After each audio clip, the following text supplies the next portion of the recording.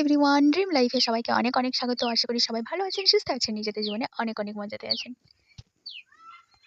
আমরা এই চ্যানেলে কথা বলি ল অফ অ্যাট্রাকশন, ম্যানিফেস্টেশন নিয়ে। আপনারা যদি এই রিলেটেড ভিডিও পেতে চান তাহলে আমার চ্যানেলটিকে সাবস্ক্রাইব করে রাখতে পারেন।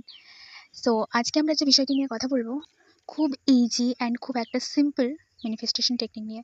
এমন অনেকে আছেন যাদের রেগুলার বেসিসে কোনো কিছু ম্যানিফেস্টেশন করার টাইমিং হয় না, কিংবা হচ্ছে কেউ চান যে খুব শর্টকাট টাইমের মধ্যে 24 ঘন্টার মধ্যে কোনো কিছু ম্যানিফেস্ট করে নিতে। তো এরকম যদি কারো প্রবলেম থেকে থাকে তাহলে এই টেকনিক তাদের জন্য খুব খুব উপকারী। তো এই টেকনিক জেনে নেওয়ার আগে জেনে নিই যে এই টেকনিক রিলেটেড একটা সাকসেস স্টোরি। অ্যাকচুয়ালি আমি প্রথমত অনেক দিন আগে একটা এই টেকনিকটা ট্রাই করেছিলাম। তো এই টেকনিকটা অ্যাকচুয়ালি সন্ধেবেলা না, দুপুরবেলা করেছিলাম। দুপুরবেলা করার পরে সেটাকে পুরোপুরি লেট গো করে দিয়েছিলাম। অ্যান্ড যেভাবে আমি চেয়েছিলাম, যেটা চেয়েছিলাম হুবহু তার মানে সেটার মতোই আমার কাছে সেই জিনিসটা হয়েছিল। সো আমি আমি ভাবতে পারিনি যে এত কুইক অ্যান্ড এত ফাস্ট রেজাল্ট দেবে। 6 আওয়ারের মধ্যে রেজাল্টটা পেয়ে গিয়েছিলাম। সো টেকনিকটা হচ্ছে ব্রিথিং টেকনিক। অ্যাকচুয়ালি আমরা বলি যে শ্বাস-প্রশ্বাস নেওয়ার মাধ্যমে আমরা অনেক কিছু ম্যানিফেস্ট করতে পারি। সো এটাকে আমরা ব্রিথিং টেকনিক এইজন্য বলছি যে এটাকে যখন আমরা উম শ্বাসটা নেব, সেটাকে যখন হোল্ড করে রাখবো, হুম? সেটাকে হোল্ড করে রাখার সময় যে আমাদের যে ম্যানিফেস্টেশন সেটা আমাদের মাইন্ডে চালাবো, অ্যান্ড পরে এক্সহেল করে দেবো। ইনহেল করবো অ্যান্ড সেটাকে হোল্ড করবো, তখন আমাদের উইশ মাথায় প্লে করবো অ্যান্ড সেটাকে ছেড়ে দেবো। সো এটাকে আমি ট্রাই করেছিলাম এভাবে যে আমি প্রথমত স্লোলি 8-8-8 এই ব্রিথিং টেকনিকটা আমি ট্রাই করেছিলাম। সেটা হচ্ছে আর সাইডে কোনো মিউজিক কিংবা কোনো সাবলিমিনাল চালিয়ে রাখতাম। যখন যেটা সুবিধে হতো, যে কোনো একটা মিউজিক কিংবা যে কোনো একটা সাবলিমিনাল চালিয়ে রেখে দিতাম। অ্যান্ড এই টেকনিক করে যখন আমার মাইন্ড পুরো রিল্যাক্স হয়ে যেত, পুরো কাম হয়ে যেত, অ্যান্ড মাথায় কোনো ক্ল্যাটার নেই, এমনটা যখন আমার মনে হতো যে আমি সেই স্টেটে চলে গেছি, তখন আমি রিপিটেডলি আমার যে উইশ সেটা ভিজুয়ালাইজ করেছিলাম। অ্যান্ড এটা আমি আরও কয়েকজনকে দিয়েছিলাম এই টেকনিক, অ্যান্ড তাদেরও খুব ভালো রেজাল্ট পেয়েছে। সো ভাবলাম যে শেয়ার করাই যাক। তো এটা শুধুমাত্র 15 মিনিটের মধ্যে আমরা এই টেকনিকটা কমপ্লিট করতে পারি। অ্যান্ড এটাকে একবারই করতে হয়।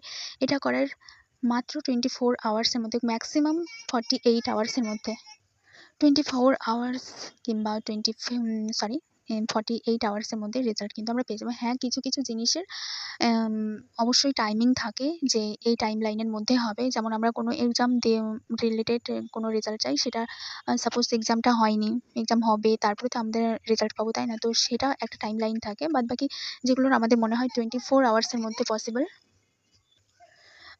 সেগুলো অবশ্যই হয়ে যাবে কিন্তু, হ্যাঁ? সো এটা আমরা এমন অনেকে আছি যারা ট্রাই করছে কোনো এসপির কাছ থেকে টেক্সট কিংবা কোনো কল, কোনো স্পেসিফিক পার্সনের কাছ থেকে। তো সেক্ষেত্রে আমরা ইউজ করতে পারি।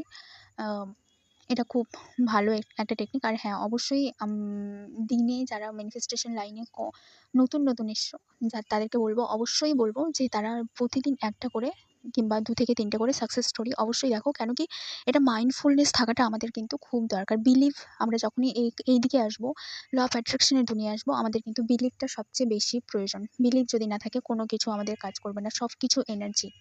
ঠিক আছে? আমাদের এনার্জি যখন স্ট্রং থাকবে তখনই কিন্তু আমরা কোনো কিছু ম্যানিফেস্ট করতে পারবো। যখন আমরা হাই লেভেলে থাকবো, হাই ভাইব্রেশনে থাকবো, তখনই কিন্তু আমরা কোনো কিছু আকর্ষণ করতে পারবো। সো আমাদের ম্যানিফেস্টেশন জার্নিতে আমাদের সাকসেস স্টোরি কিন্তু খুব হেল্প করে আমাদের বিলিফ সিস্টেমকে রিক্রিয়েট করার জন্য।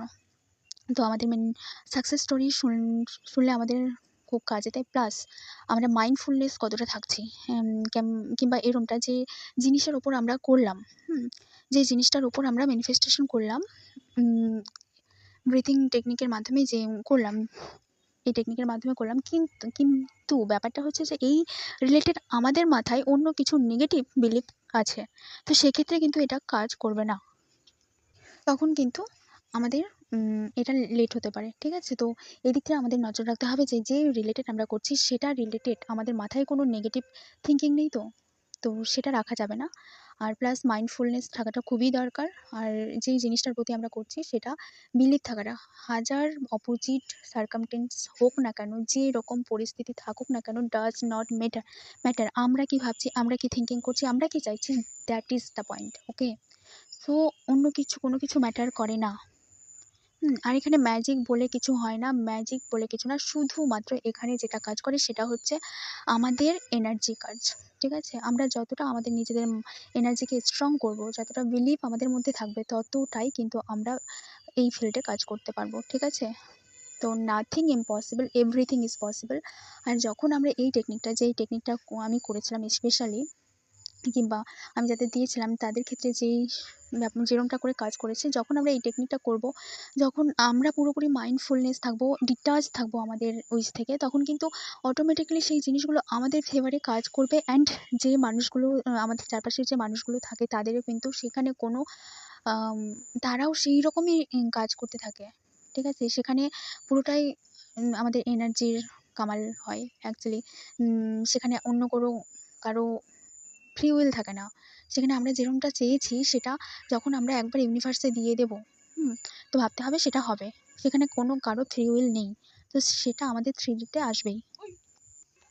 সো সবাই এই টেকনিকটা ট্রাই করো, অ্যান্ড কে কী রেজাল্ট পাচ্ছ অবশ্যই কমেন্টের মাধ্যমে জানাইও। অ্যান্ড ভালো লাগলে সাবস্ক্রাইব করতে পারো চ্যানেলটিকে। সবাইকে ভিডিওটিকে দেখার জন্য অনেক অনেক অনেক ধন্যবাদ।